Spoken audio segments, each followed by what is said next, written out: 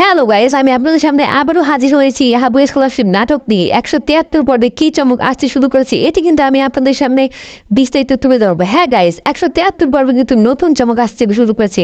হাবু নাটকে কিন্তু নতুন নতুন মোড় ঘুরে যাচ্ছে, এই বিষয়টি কিন্তু লক্ষ্য করে থাকবেন। হ্যাঁ গাইস, আশা করি সকলে ভালো আছেন, তাই ভিডিওটি না টেনে সম্পূর্ণ দেখার অনুরোধ করছি।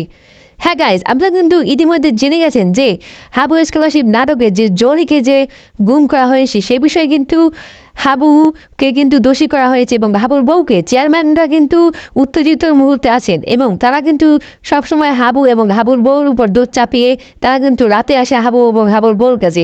তারা বলে যে জরি যদি কিছু হয়ে যায় তাহলে তোমাদের খবর আছে। তখন কিন্তু হাবুর বউ বলে যে আমরা জরিকে গুম করিনি। আমি কতবার বলবো আমি জরিকে গুম করিনি।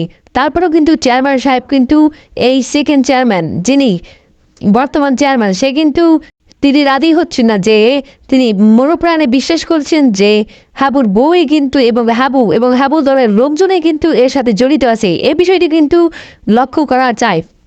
ইতিমধ্যে কিন্তু আপনারা দেখেছেন যে চেয়ারম্যান কিন্তু খেপে উঠেছেন এবং সেকেন্ড চেয়ারম্যানকে বলেছেন যে যদি যে গুম হয়েছে এখন কিন্তু আমরা থানায় জানাতে পারি, থানাকে জানিয়ে রাখলে কিন্তু ভালো হয়, তাহলে কিন্তু তারা খুঁজে দেবে। তখন কিন্তু উত্তরে কিন্তু সেকেন্ড চেয়ারম্যান বলেন যে না, থানায় জানানো যাবে না, তাহলে কিন্তু আমরা ফেসে যাব। যদি আমরা থানায় জানাই তাহলে কিন্তু পুলিশে জানাজানি হবে এবং ফেসবুক ইউটিউবের যুগ সবাই কিন্তু সকলেই জেনে যাবে, তখন কিন্তু আমরা ফেসে যাব।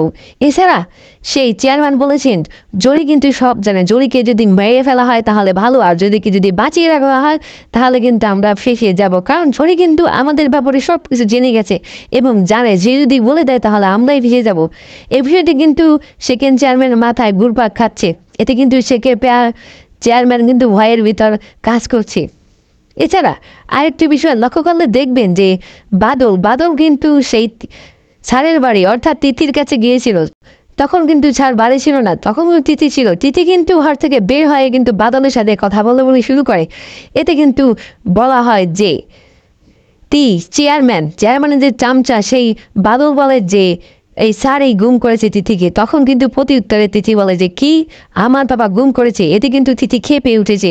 তখন তিথি বলেছেন যে তিথিকে কিন্তু সেই বাদল বলেছেন তাকেও গুম করে দিবেন। তখন কিন্তু তিথি বলেছেন যে গুম করবেন এত সহজ নাকি। তখন কিন্তু তিথি খেপে গিয়েছেন এবং অবশেষে কিন্তু তিথি বলেছেন যে দরকার হলে আমি আপনাদেরকে গুম করব, মানে বাদলকে গুম করার কথা বলেছেন তিথি। এতে কিন্তু সেই বাদল কিন্তু ভয় ভীতির মধ্যে এখন আছেন, সে কিন্তু থরথর করে কাঁপাচ্ছিলেন যখন তিথির সামনে ছিল।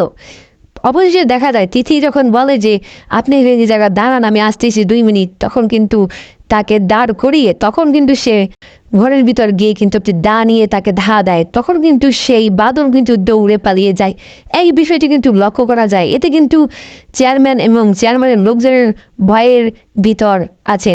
হ্যালো গাইস, আপনারা কিন্তু আরেকটি বিষয় লক্ষ্য করলে দেখবেন যে গ্রামের লোকজন কিন্তু সব কিন্তু বলা বলি করতেছে যে যদি কে গুম করতে পারে। এ বিষয়টি কিন্তু লক্ষ্য করা যায়। সকল কিন্তু বলেছেন যে হাবুর বউ যে মারজান সে কি গুম করছে। তখন কিন্তু সকলে বলে যে না, ভাবে তো এরকম কাজ করতে পারে না, ভাবে তো অনেক ভালো।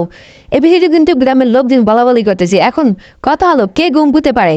এতে কিন্তু সেকেন্ড চেয়ারম্যানও কিন্তু সেই হাবুর বউকে দোষারোপ করছেন।